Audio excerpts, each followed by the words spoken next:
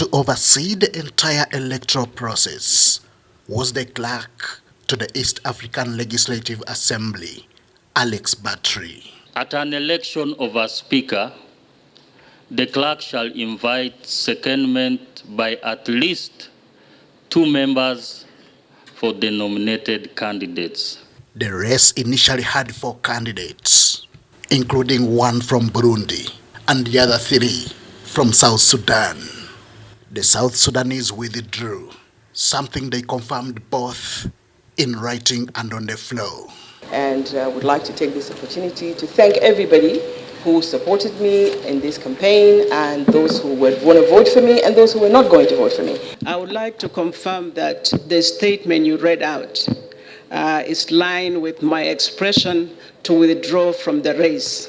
However, elections had to take place, even with just 1 candidate in the race. Rule 6.8 provides that in the event 1 candidate is nominated, he or she shall be subject to the approval of the Assembly through an election by secret ballot, and the idea is to ascertain the 2/3 majority. At the end of the day, the required number of votes was garnered, and Joseph Ntakarutimana became Speaker.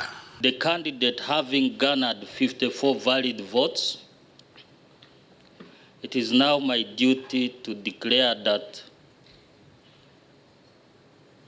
the Honorable Joseph Ntakarutimana is duly elected as Speaker of the 5th East African Legislative Assembly. I will truly and faithfully serve the East African Legislative Assembly. The Burundian national vowed to work for all countries to the happiness of participating members. We will plan together for a legislative program of action and implement it together. Every voice will be listened to, heard, valued, and taken into consideration. We want to start on a good pace so that when the takeoff point is good, I'm sure the finishing point will always be good. And we need a law in place so that we can have one currency, we can have a single currency to make sure that the transaction of business in East Africa is made possible. We are beginning on the united front, and I believe it will all be well. We will all be able to move together as a team in order to achieve the key objectives of the East African community.